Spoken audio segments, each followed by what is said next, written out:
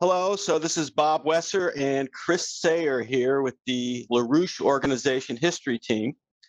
And we have a special presentation tonight, which will really run quite counter to everything that is kind of been pushed as a popular, what they call today, narrative. We used to call it lying or propaganda in the media. Which is the reality that the United States and Russia have been kind of joined at the hip, if you will, since before the American Revolution, at the American Revolution, and has been a part, the development of Russia as a modern society, the development of the United States has really been one and the same process. So the idea that we're in any kind of conflict with this great power and this great culture is beyond insanity, and I think you'll see why that's the case. So Chris, you can take it away. All right, great. Well, so I think what we wanted to present here is a concept. I mean, LaRouche is the Leibniz of today, and in looking at this history of Russia, the United States, what's clear is that this is a direct project from one specific person, which is Leibniz, Gottfried Leibniz. And Lynn started studying Leibniz from an early age. So, but what Leibniz represented was a spark of Republican ideas. And the United States, the American Revolution, which we're going to be looking at here specifically in the role of Russia in the American Revolution, was always seen as an international endeavor, as an international project. It was not just fought in the United States. It was a project of Republicans in Europe who knew that they could not create that republic per se in Europe, although Leibniz certainly tries, and we'll see later Ben Franklin tries to do that. But LaRouche understood this idea, this relationship, and so we're going to start with a short video from LaRouche when he had just been released from prison in 1994. He went to Moscow and met with the intelligentsia of Moscow, people from around the Russian Academy of Sciences, economists and others. And in this video, you'll see a report back from that discussion that he had and the potential for U.S., Russia, and China relations and economic cooperation, which is what this is all about. My view is this. If we look ahead to the future of humanity and look beyond the sinking of the Titanic, we have an obvious way of reorganizing the world, which is the alternative to going to death or hell under a UNO world dictatorship. And that is to do what the British have always feared, do the geopolitical utmost. Let us foster rails from Brest to Vladivostok. Let us foster the development of the Silk Route Railroad in China. Let us foster collaboration among two sections of Asia.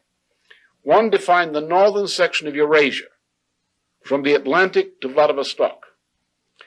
Then divides the southern part of Asia, which is China, the Asian Rim, and South Asia.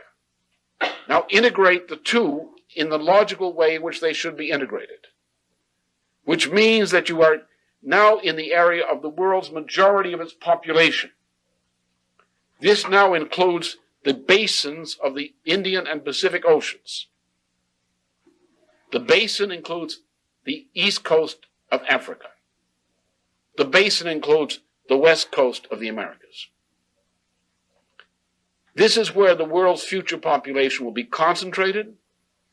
If we're developing physical economy, These are the trade routes. So therefore, Europe, the center of the engine of high technology production, move that eastward and southward through rail links, using maglev and high-speed rail, not old types of rail, for economy. Involve countries in cooperation with their reduced circumstances to build up this system of infrastructure. Use this infrastructure building to spin off the other industries which are needed, because you need the infrastructure for the industry, and the building of the infrastructure is the initiative, the catalyst for developing the industry. We should commit ourselves to such a policy, to such cooperation among sovereign nation states, and let the imperialists who drowned this world in war for a century, let them go hang. Like Margaret Thatcher, take her broom and fly to the moon or Mercury or the asteroid belt, which would probably be much happier. Let her take George Bush as our pet cat on the rumble seat of the broom. And let us proceed to do that which has been forbidden, which is in the vital interest of our country, to foster this kind of development in Eurasia and in South Asia, and to use cooperation with that as the way to rebuild the world economy. My function in this picture, as I see it, is that Russians have drawn me in to a position of an academician in the Russian system, particularly on the basis of economic science, but also on other things. I was invited for 4 days to Moscow to meet with various parts of the Ministry of Economics and the Academy of Sciences, which is, in a sense, a home base for me at this point, in part. We had extremely serious discussions, including a discussion of the principles of physical economy with Boris Kuznetsov on the Thursday evening of the final day I was there. Obviously, I have responsibilities which flow from this. My answer to those responsibilities is manifold, but in this particular case, it's what I've indicated to you here. We must have a global strategic perspective. We cannot pull into ourselves and sit in America and watch the world go to hell and wait to see what happens afterward until the smoke clears. We have to have a global strategic perspective. I propose the global strategic perspective is the obvious one. Yeltsin has proposed, which I think is more than a Yeltsin proposal, it's a Russian proposal, has proposed that Chancellor Kohl take the lead in catalyzing railroad building as a way of approaching the situation. I concur it should be done. China has proposed and has given us additional information on the Silk Road. They wish to build it. They've indicated reasons for building. They've indicated a perspective. We should propose that. We should endorse it. We should endorse the idea of Eurasian cooperation, using Central Europe as a generator of technology to help catalyze the development of the rest of the region. We should propose with Japan a South Asia policy from China, Southeast Asia, South Asia. We should draw representatives of this region of the world into cooperation, both through private means and other, in order to encourage a discussion out of which a policy and a policy consensus may arise, or at least the basis for policy consensus. The United States government needs that. The Russians need it. If we introduce something in which the Russian people and the Russian leaders, the intelligentsia, can recognize that what is being proposed is in the vital interests of their nation, I think, as in other cases, they will find that they can translate that into results. I think that without such a policy, the world is plainly going to hell. Thank you.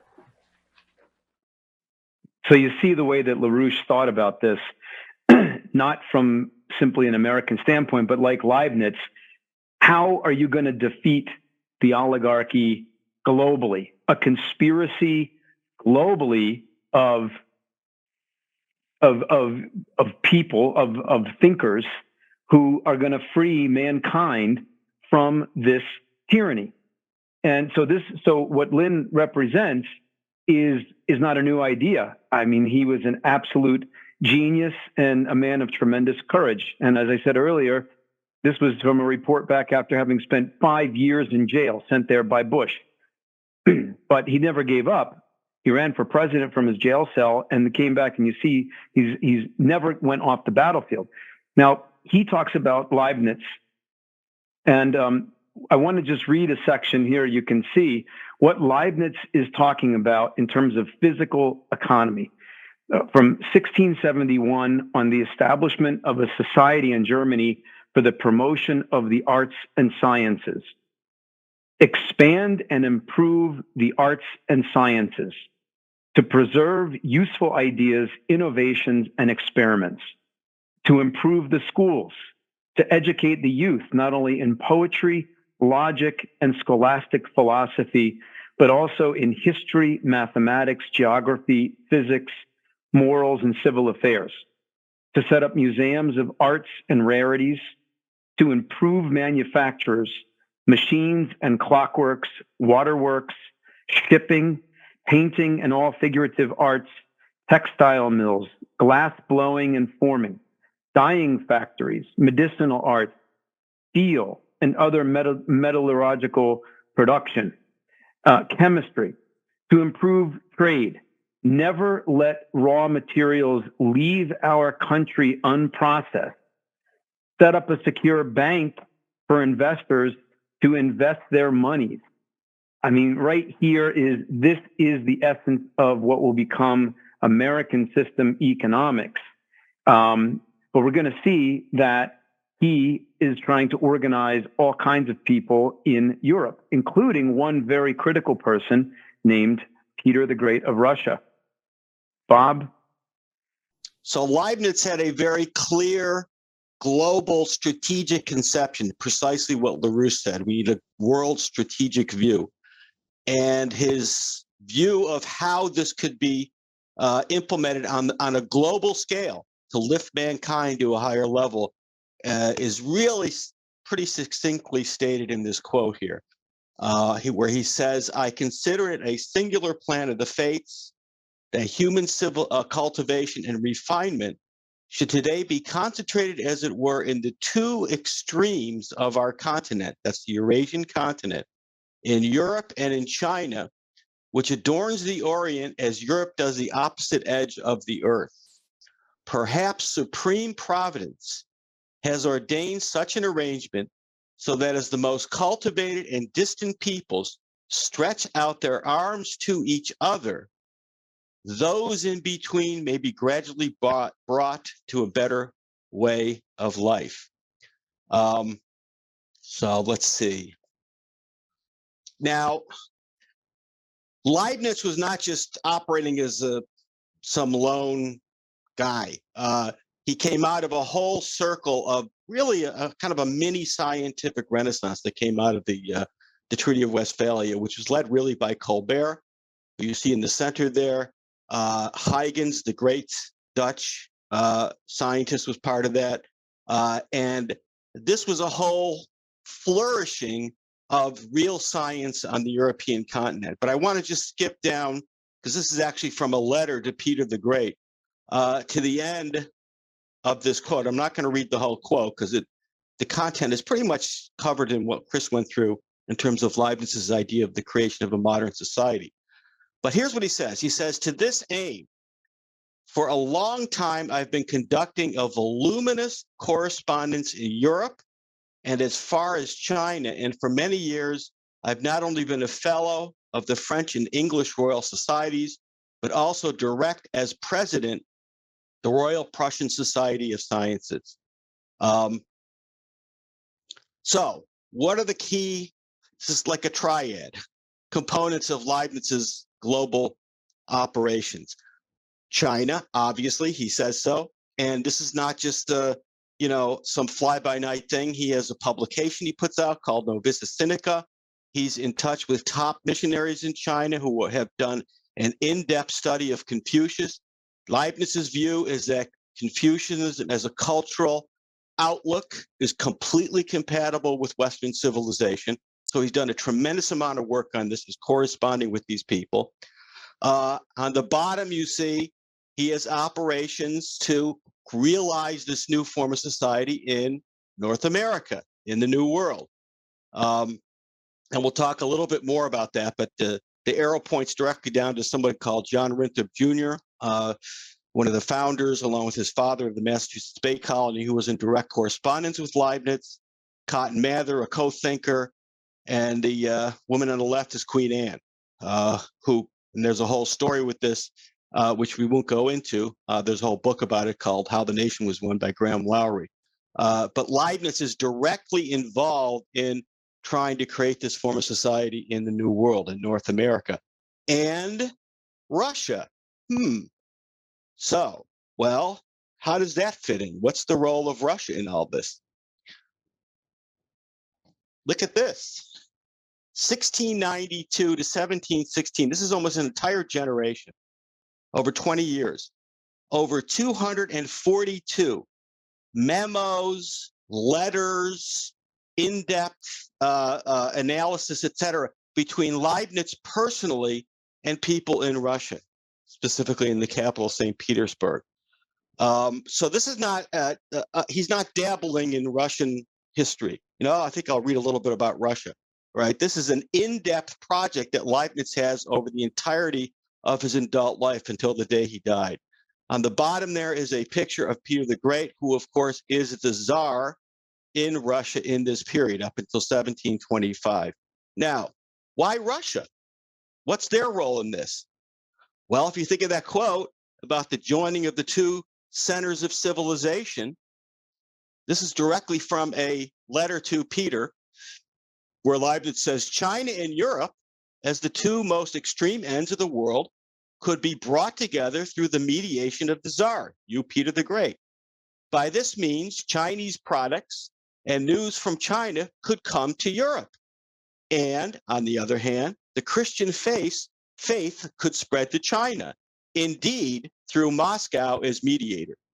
The prerequisite for this would be that we bring to Moscow all the institutions which we have in Europe. And then later in another letter, he says, Your Majesty could attach China and Russia with one another. So this is his idea. We're going to take all the best of these scientific traditions that we could find. We're going to bring them to St. Petersburg, bring them to Russia, and that's going to be the mediation of Western civilization into China and then back. So, wow, quite a grand plan. And it's not, it doesn't just stop with that. What else? Well, he says to Peter, you need to explore Siberia, and you got to start looking for that Northeast Passage to America. Now, in America, of course, we're just talking about the Northwest Passage. Lewis and Clark, and, is it an all-water route to the Pacific, et cetera? Well, of course, if you're in Europe or in Russia, you want to think of, is there a Northeast Passage to America?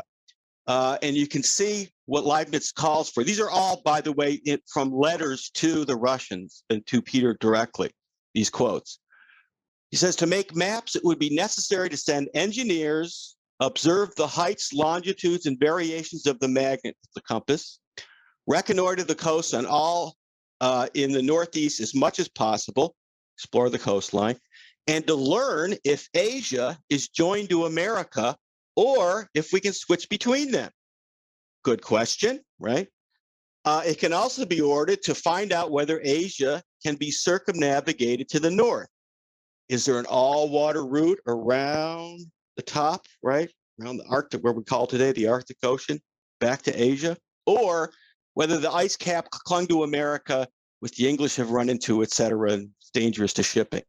So this, he says, this is a great project for you, Russia and Peter the Great, to carry out. Actually, let me just go back here.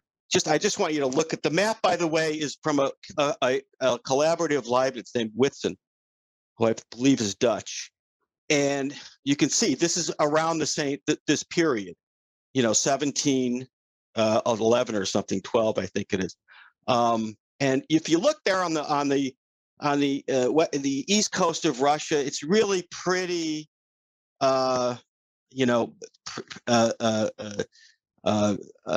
inaccurate. It's kind of almost, made up. A rough draft. A rough draft. That's a good way. Yeah, it's a very rough draft. But look at this. So within a couple of years of this letter, what does Peter do? Now, Leibniz is dead by this point, but he sends off the Vranov-Luzhin Kamchatka expedition, and that's what they do. They go across Siberia and they start mapping out, and look at the difference in the mapping. Much, much, much more accurate. This map is by a collaborator, someone that's in the Leibniz circles, Delisle, who's a very, very famous cartographer who did a lot of maps of North America. So you see the beginnings of this idea that LaRouche is laying out of the Pacific Basin as a center of development. And I should just add, Leibniz met with Peter personally on 3 occasions, including spending almost a week with him. So, of course, all we have are the 242 letters and memos and, et cetera. So who knows what else they may or not have talked about. Okay. This is the one that people are famous with. The Bering Expedition began the year that Peter passed away on 1725, the year that he passed away. And this is a 6-year expedition.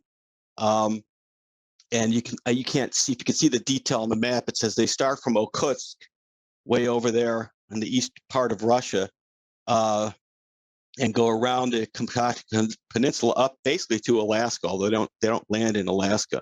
It says it starts in 1727. Well, because before that, they were traveling all across Siberia, mapping it out for the 2 previous years before that. So this is directly a Leibniz project. And in essence, this is the beginning of what we call today the Eurasian land bridge. And this is directly a conception that Leibniz had, which was being carried out. And the upshot of all of this is 1725. The Academy of Sciences is established in Russia with all these top scientific minds. It's heavily populated, the Academy, by foreigners, Germany, Prussia, etc., some Russians, but it is precisely what Leibniz laid out that it ought to be, a center, a receptacle of the best knowledge and scientific discoveries of Western Europe to date. But that's all sounds great, and it was great, but it was not unopposed. It had enemies, very lethal enemies, and Chris can take it up from there. Yeah, that's for sure. This is not welcomed at all by the oligarchy of the world. The Venetians had a model of control of trade, and the British, became the new Venice. And you can see here, this is a map from later on in the 1800s, but I think it's a very useful map because you can see here all the British Empire sea routes and all the points of control that they would want. Gibraltar, Cape Horn, everything controlling the sea. Now, if you wanted to control all that trade and global economy and run slavery and opium and everything else, would you want internal improvements, internal development of the continent the way that Leibniz and Peter the Great and other Republicans with a small r would foster? Absolutely not. You'd want to crush it. And so that's essentially what they moved to do. And so one of the first things that they do is they move to write Leibniz out of history. And there are really, really nasty operations done under George I against Leibniz right away. I mean, there's already a poisoning in the last couple of years of Leibniz's life against his work in Europe on these different academies of science, and in Prussia, not just in Russia, but he set these up in Prussia and other parts of Europe. So they basically, Sir Isaac Newton bragged that he killed Leibniz. That's how these people viewed Leibniz. They hated his science. They hated his view of man, his uplifting view of man. Their view of man was man's an animal that some people will have dominance over, and that there really isn't creativity. There's just power, and that's the philosophy of these people. You know, Newton, John Locke, who wrote these essays on human understanding, so-called, which says, there is no inherent knowledge or goodness or anything in a human being. There's just a tabula rasa, and experience is how you get all of your knowledge. And so Leibniz writes this new essays on human understanding as a dialogue where he completely rips this to shreds. When he dies, that document is handed over to George I, and the British grab this thing and they keep hold of it for 50 years. 50 years they stop this thing from coming out. And so it's just amazing. Ideas are powerful, and these guys want to silence ideas. Now, along comes a very, very important world historic figure. Yeah, he's an American, Benjamin Franklin, but he's a world historic figure. And he creates the American Philosophical Society, which in 1743, which is modeled on an Academy of Science. He's bringing together the best minds of the Americas and around the world, and bringing them into this American Philosophical Society. So what he tries to do, similar to Leibniz, is to go to Europe and see what he can organize in Europe. And he goes to England in 1757, and he begins to work with Republican circles and scientific circles in England, canal building. We're going to see in the next slide, industrial development. In 1765, he wins a major victory where he argues why the Stamp Act is a terrible idea and should be repealed, and it is repealed, but he completely infuriates the oligarchy of England by doing so. While he's over in Europe in 1765, he meets with two leading scientists, Kestner and Raspe. Raspe actually had just organized that year the publication of Leibniz's new essays on human understanding. So I'm sure there was a lot of discussion going on there, you can imagine, about these ideas. This is the attempt that Franklin launches in England, is to basically try to create a republic there, just like he's going to have to do in the United States very, very soon thereafter. He's working with people like gentlemen like this, Matthew Boulton, James Watt. These scientific minds create the iron industry. They're developing all kinds of mechanical progress, again, canals. So they're trying to develop England. These are the networks that Franklin's working with. Now, he's also talking to Russian scientists. He's talking to scientists in France. He's talking to scientists all over Europe. And we learn, it's very, very interesting, a gentleman, the head of Yale, I believe, back in the United States, Ezra Stiles, writes a letter to Ben Franklin saying, basically, if I ask too great a favor of you to forward the enclosed letter to Sir Lomonosov at St. Petersburg, I leave it entirely with you to suppress it, but I've taken this liberty, right? If I make too free a use of your name and friendship, you have it in your power to prevent the abuse. At least, however, give me leave to ask from yourself an account of the discoveries of the polar voyage. if such a one should be effected. So Franklin circles back in the United States. They're totally honed in on the polar voyage, this land bridge between the United States and Russia. What's possible?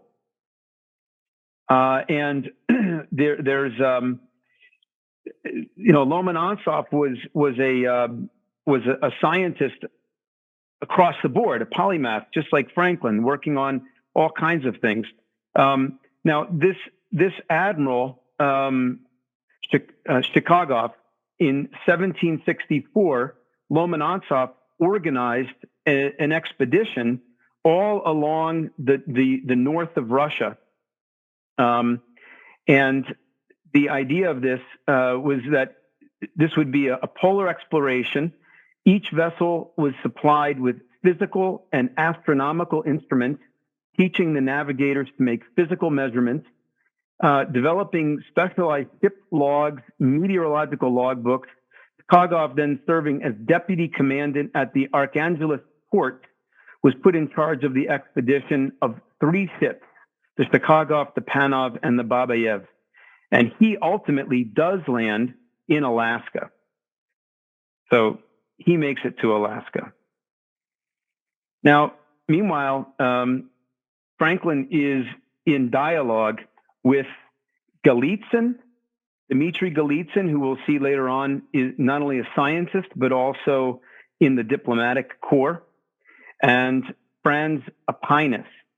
And Apinis is also a scientist. And Franklin writes to Apinis, he says, "When last in America, I received there your excellent work on the theories of electricity and magnetism, which I understand you did me the honor to send.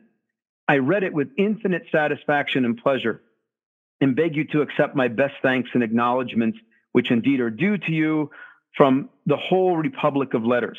Enclosed, I take the liberty of sending you a little piece of mine that is to be in the next transactions of the Royal Society, but it is not yet published. Please to accept it as a small mark of the great esteem and respect which I am, sir, I am your humble and obedient servant." So Franklin, all of these scientists are talking with each other. They're scientists, they're Republicans, and the idea, the object is freeing mankind from tyranny. Now, so I want to introduce Catherine the Great. She is the Empress of Russia. She surrounds herself with excellent people in the diplomatic corps, advisors, etc., scientists like Apinis. Apinis was one of the tutors of her son, Paul. And later on, we'll see that the role these gentlemen, Golitsyn and Apinis, play in the furthering of this story. But you have a number of her ambassadors that are playing a key role here, and you can see. I mean, of course, Catherine II, she's the Empress of Russia, right? So she may not. You might assume she would not be that interested in the American Revolution. What does this mean for Europe? What does this mean for kings and queens? But she is interested, and she is. She's intrigued by this, and she's organized by the people around her, and she's going to play a really, really important role in the victory of the American Revolution. So I want to introduce here the Musin Pushkin, Alexei Musin Pushkin. He's the envoy to Great Britain from Russia at the time. Nikita Ivanovich Panin.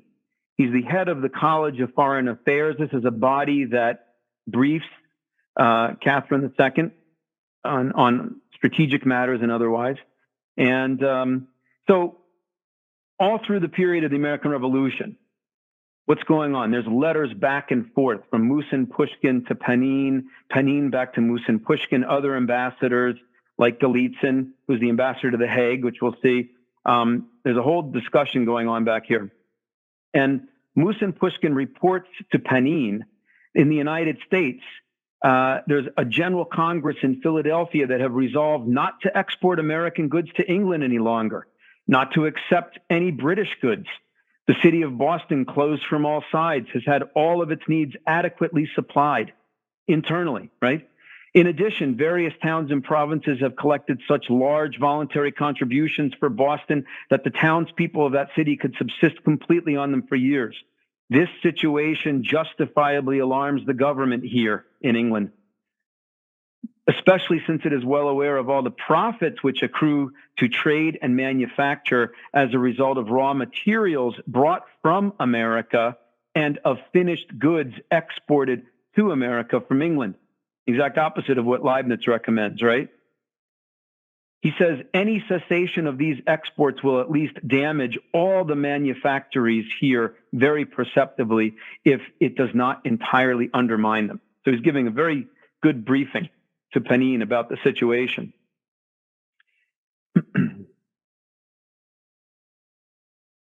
Now, at a certain point, this is very, very funny because Catherine the Great and King George III, who's now, right, you had King George I, who suppressed Leibniz's writings and tried to destroy his name. Now you have King George III, who, of course, we're at war with.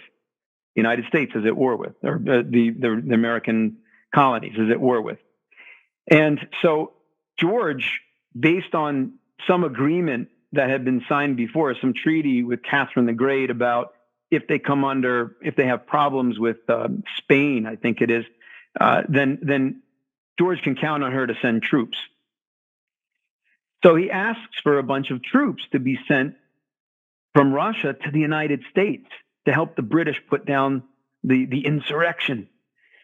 So Catherine writes to him, "My brother," this is 1775. "My brother, upon receiving your Majesty's letter, I was the more touched by the frankness and cordiality which you thought it proper to speak to me regarding the present situation of your affairs." And then she goes through basically how the problems between England and Spain have died down.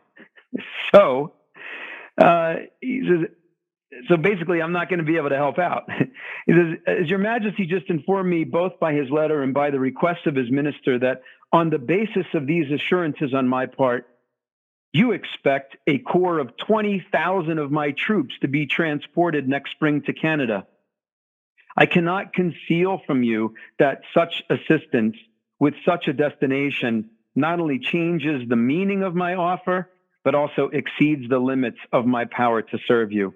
I'm just beginning to enjoy peace. Your Majesty knows that my empire has need of tranquility." And it goes on from there and basically says, "Can't do it. Not going to do it. Can't do it. Sorry, brother." So now there's more dispatches. This is the Beretinsky. He's the ambassador to France from Russia. And he's writing here to Ivan Osterman, who's also with Panin on the College of Foreign Affairs. And he writes to Osterman, it's very interesting, 1776, "Most illustrious Count, gracious sir, yesterday Benjamin Franklin, arrived in Paris. The public is so taken with him that nothing else is spoken of anymore, but the reasons for his arrival, and the news is so diverse that it is impossible to know on what it is really based. I consider it my duty to report to your excellency concerning all the rumors, blah, blah, blah." Yeah, he says, others say that some say he's there to buy himself a castle. Others say he scarcely has arrived in Nantes, wrote to Count Vergin, declaring to him that he had been sent by the independent American United Provinces to treat with France and wishing to know how he would be received there. In a word, according to the general opinion of our corps here, Franklin's arrival will, of course, lead to some important result. So that's the Russian ambassador. This could lead to some important result. Doesn't exactly sound unhappy about the development. Now, Golitsyn, who is a scientist that we remember Franklin was in dialogue with, along with Aquinas, Golitsyn writes to Franklin in France, I dare to flatter myself, sir, that you will not disapprove of the liberty I take to write to you without having in any way the advantage of being known to you. As one of your most sincere admirers, I thought I could allow myself this approach, that of loving the sciences and of truly taking an interest in their progress, even gives me the right to address myself to you. Who better than you, sir, could decide if the ideas that I have formed of positive and negative electricities and of the attractive power of the points are correct or not? So this is the ambassador from Russia writing to the representative of the revolutionaries in the United States, saying, hey, I love your mind and science. Can you tell me whether I'm right or wrong about this? And this is just amazing.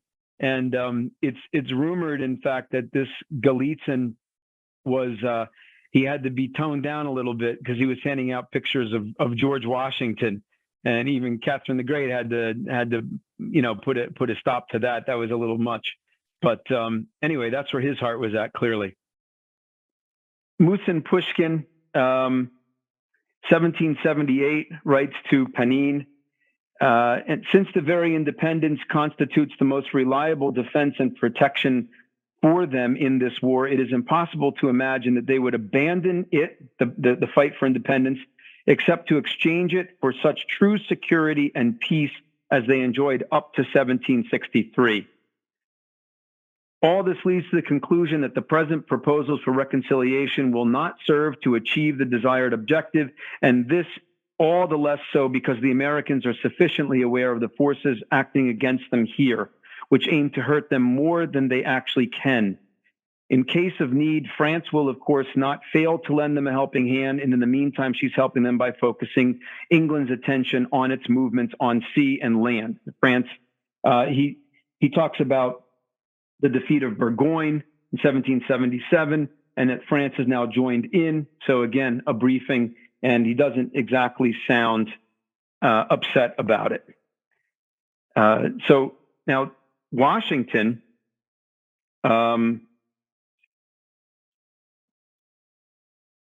Washington writes to Lafayette in 1779 about the Russian court. He says, "We are not a little pleased to find from good authority that the solicitations and offers of the court to Great Britain to the Empress of Russia have been rejected," which we talked about earlier.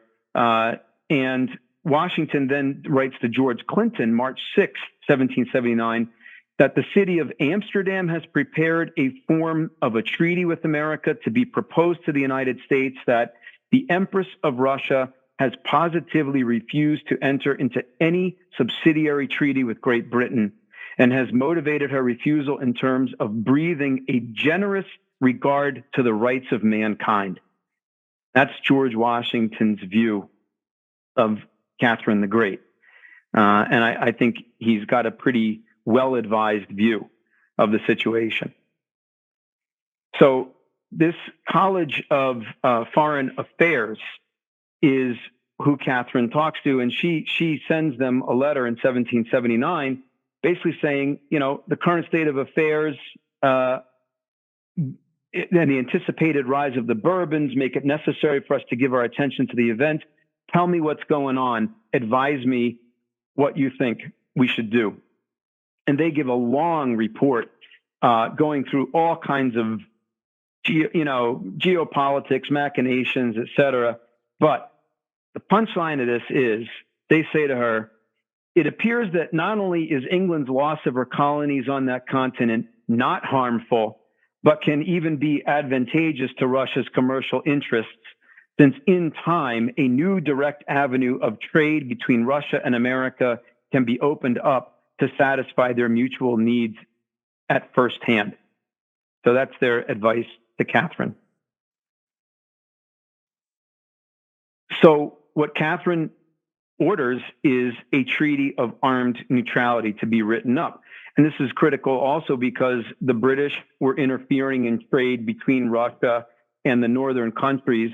So as well as obviously trade, between the colonies and Europe.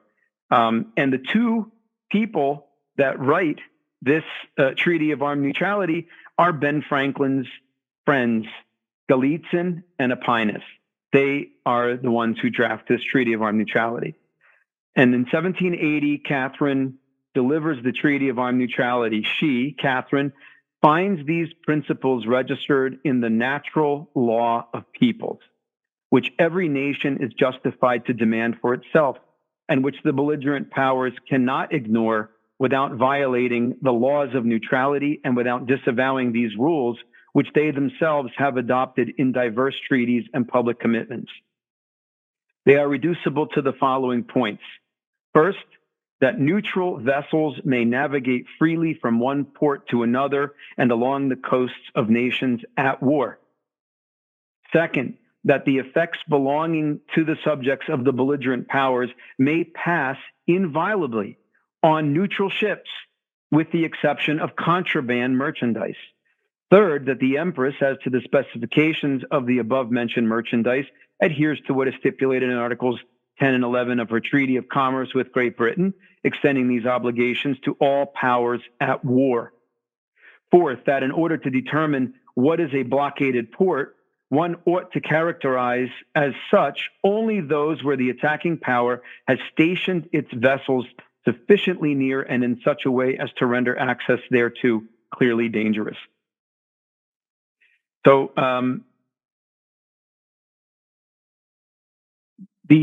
just in case it's not clear how this is viewed is this just neutral? Well, here's a cartoon from the time. It's called "The Man in the Nightshirt," otherwise known as the Smothered Hubris. And it shows a man in a nightshirt representing England being attacked by several men representing the countries of the Armed Neutrality League and their allies. He is held by a Swede and a Dane. A Frenchman places a fool's cap on his head. A Dutchman places shackles around his ankles. And an American runs away with his clothes. And a Russian is about to hit him with a club. In the background, a merchant fleet sails out to sea. That's what Catherine II did. Bob? So the upshot, of course, of all of this drive by Franklin over decades is, well, this is Yorktown, the surrender of the British at Yorktown in 1781. The victory of the American Revolution, which is a victory for all of these ideas throughout the world. And the collaboration continues. Historic year, 1789. Well, it's not just an historic year in the United States. It's an historic year in Russia because the head of the Academy of Sciences in Russia, Countess Vorontsova-Dashkova on the right there, she is a woman and she is the head of the Academy of Sciences in Russia. She's also made a member of the American Philosophical Society. The same year, Ben Franklin is admitted as a member of the Russian Academy of Sciences. So this collaboration continues, and this is a story that we're going to be featuring obviously a lot further because it doesn't just stop with the victory of the American Revolution and Russia's scientific role in that and a diplomatic role in that. You have the collaboration of Abraham Lincoln and Tsar Alexander II, and the critical role the Russians played in securing the victory of the Union over the War of the Rebellion. And that's going to be a whole show, which we'll do. It's a fascinating story. And you have, of course, the collaboration between the United States and the Soviet Union, United States and Russia during the Second World War to defeat fascism. And that's also a whole other story. So this is not something that just happened in Leibniz's time or time of the American Revolution or Lincoln. This has been a thread throughout the history of the United States, of the American Republic. So not only is this year the centennial anniversary of the birth of Lyndon LaRouche, it's also the 350th birth anniversary of Peter the Great. So at a meeting in Moscow, Putin basically called on Russia to embrace Peter's love of science, research, discovery, etc., for the progress of Russia and all of mankind. So this idea is very much alive, as we saw Lyndon LaRouche saying. He's been invited in by people around the Russian Academy of Sciences to participate in these development efforts. And so the Russians are on board. Wow, look at this, very interesting. So, well, I guess Russia has become some kind of a bridge between Europe and Asia. Here's Xi Jinping and Vladimir Putin.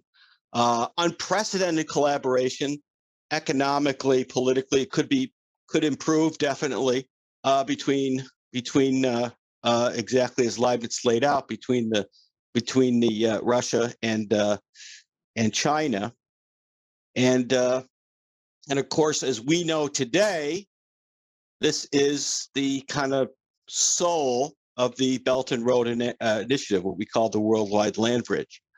So Russia's on board, China's on board, right? So those are the two extremes, Russia mediating the best of Western Europe. And I would say at this point, they actually are, in some very important aspects, are representing, especially with their embrace of Lyndon LaRouche, the best of Western civilization. And you see the big red question mark in North America. Are we going to be Americans again?